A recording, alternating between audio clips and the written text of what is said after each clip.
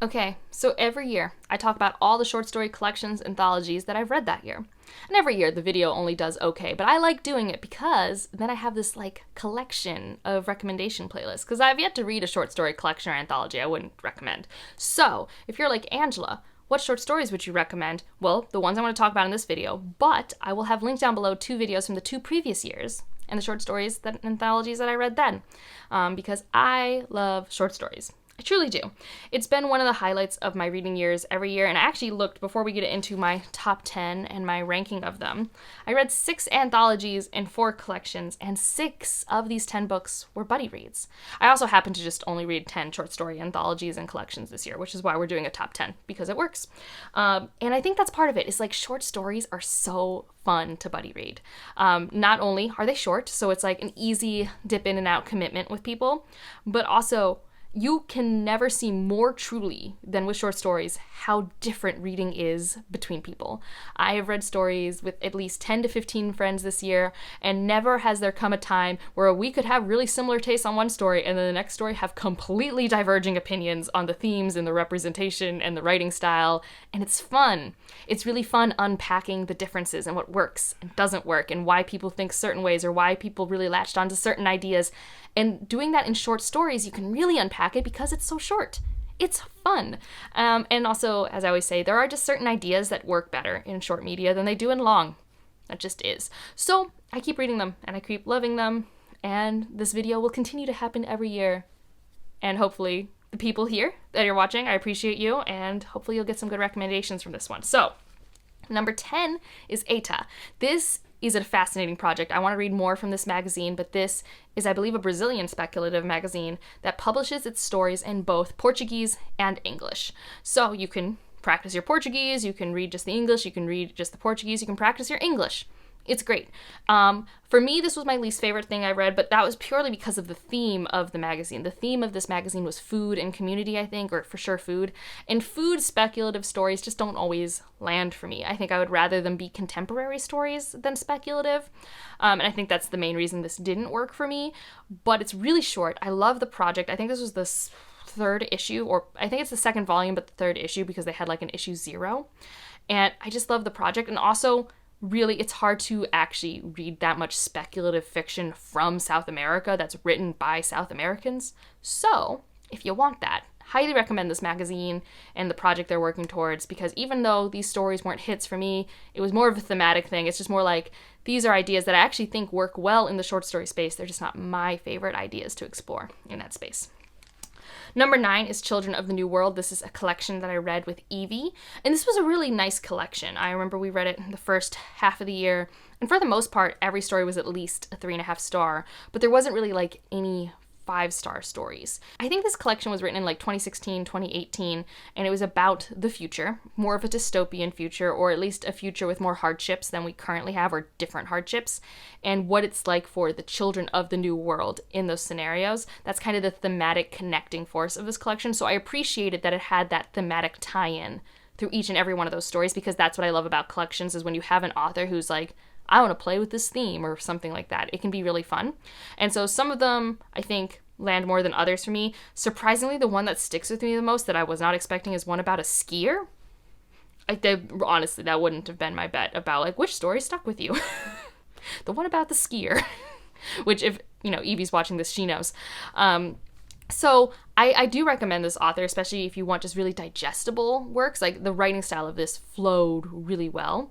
I just don't necessarily think that any of them really stuck with me in the long term. And now number 8 is The Way Spring Arrives. This is another work where I just love the project of this anthology. So this anthology is taking works by female and non-binary authors in China and translating them to English.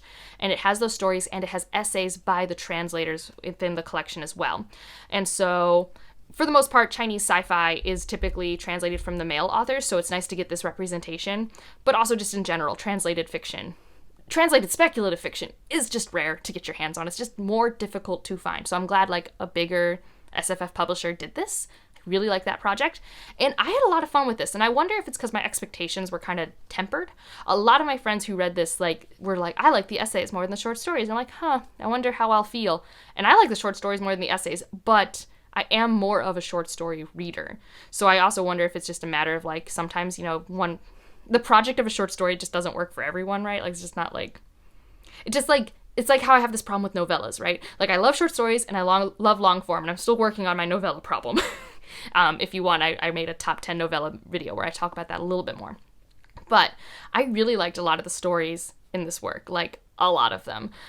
There was like a flash fiction that I really liked, and some of the essays were good, but like I just really like the stories. There's a story where we're reading the history of this species and their interaction with the human race, and I had a lot of fun with it. I might actually nominate one or two of them for the Hugos. That's how much I liked it.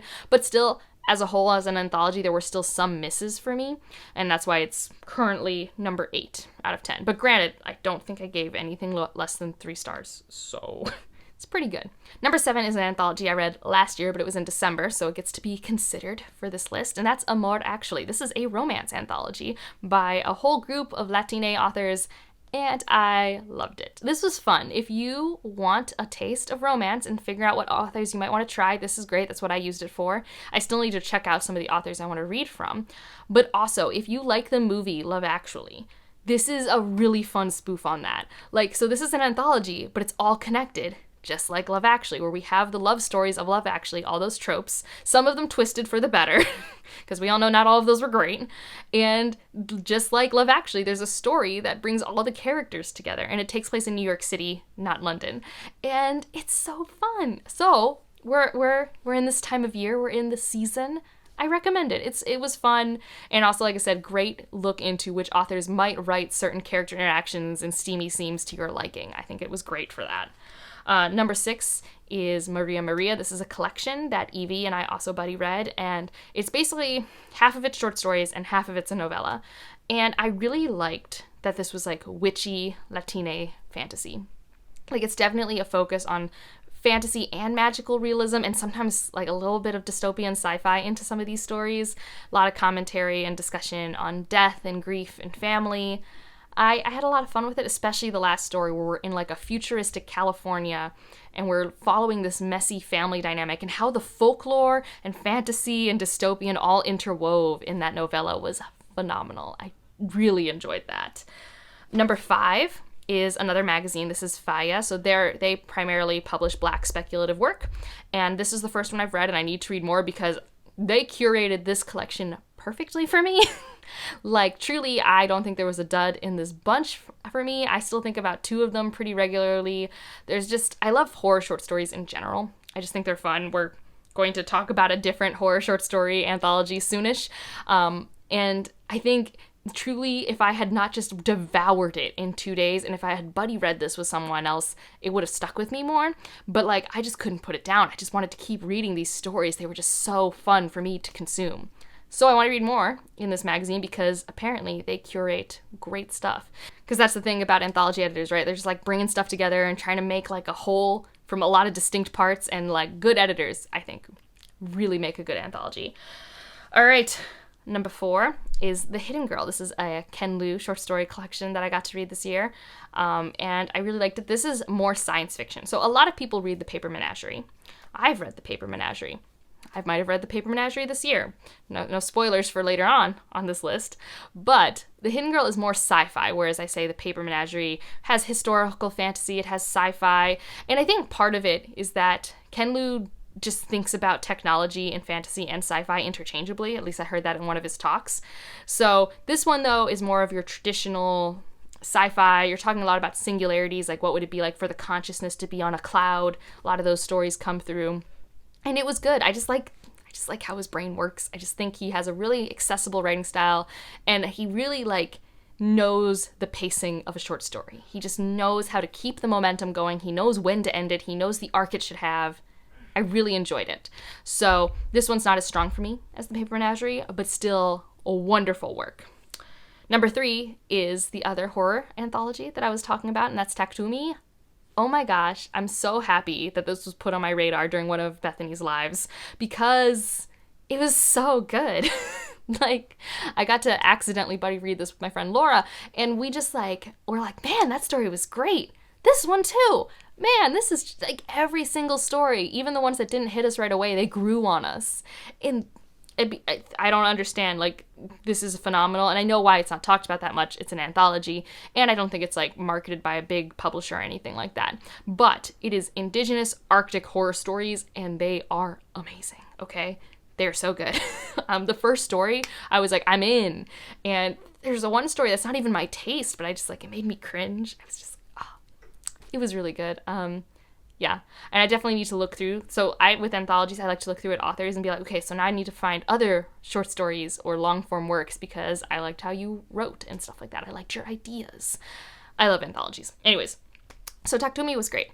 Another anthology that made it pretty high on this list for it just being literally like I was in the store and I found it is Terraform. Literally, I was in my Brookline Booksmith looking at the shelves, thinking about stuff. I saw this book. It's like a bright white spine. I take it down and I'm like, oh, this was just published. And I was just looking through and I was like, there's so many stories in here. And initially I bought it because I thought they were all going to be eligible for the Hugos, but they're not.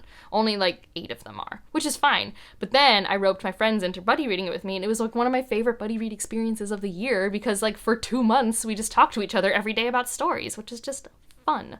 And they were really short, bite-sized sci-fi. I've been saying this a lot lately because I have a short and I talked about it in a wrap-up, but like that's what's really appealing about this collection is like, you know, for better or worse, whether you love the story or not, 10 to 15 minutes.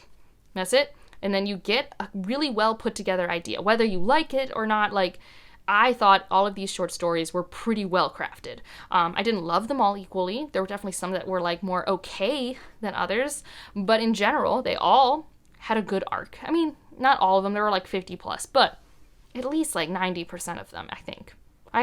Don't make me do the math, but I really liked it, and I really liked the project of it. And specifically, this is focusing on futuristic sci-fi with humanity, with technology, societies, worlds, dystopians. That's kind of what we're focusing on, and it's split it into 3 parts: Watch, Worlds, and Burn. And Watch is more the technology focus, Worlds is more about different worlds, and Burn is dystopias. Approximately, give or take. So yeah, it was great. And then the last one, if you haven't already guessed it, is The Paper Menagerie by Ken Liu. I don't give 5 stars out to many short story collections or the anthologies because it's hard. But this is a 5-star. 2 of the stories in here emotionally affect me. And as people say, it is an emotionally affecting short story collection for most people. Because I do think what Ken Liu did in this work is do a lot of finding what resonates with a lot of people and incorporating that into an interesting question or technological situation. And yeah, it was just emotionally affecting. The historical fantasy was very informative. And there was one story that I was really excited about at the end because I've read both of Ted Chiang's short story collections and love them both. And one of them in there is like a documentary style. And in this one, there's a documentary style story. And I'm like, ooh, that reminds me of that. And like, in the note, it's like, this is inspired by, and I'm like, oh, I see it. I liked this documentary story better than the one in Ted Chiang's, but that's also just because of the content. I still think about that story, about the idea of quantum history and the atrocities we hide and the ramifications on the politics now. They're really well crafted and engaging, and they're thought-provoking, and the writing's really good. It's just like, it's everything. It's just everything. And Ken Liu's just brilliant. And both of my short story collections by him are now signed and personalized, and it makes me really happy. So those are the short story collections and anthologies that I read. If you are interested, let me know, and I will maybe talk about my plans for short stories next year, although I haven't really made any. I very much mood read my short stories. But if you watch my physical TBR video, you can see all the short stories, anthologies, and collections that I currently have on my TBR. And that's like in the first section of that video. And feel free to tell me from that video which ones you would love to hear my thoughts on, or see if you should have it on your TBR, things like that. And if you just want to leave an emoji, leave a tiger for The Paper Menagerie. And otherwise, like if you liked it, subscribe if you want to, and I'll see you in the next one. Bye!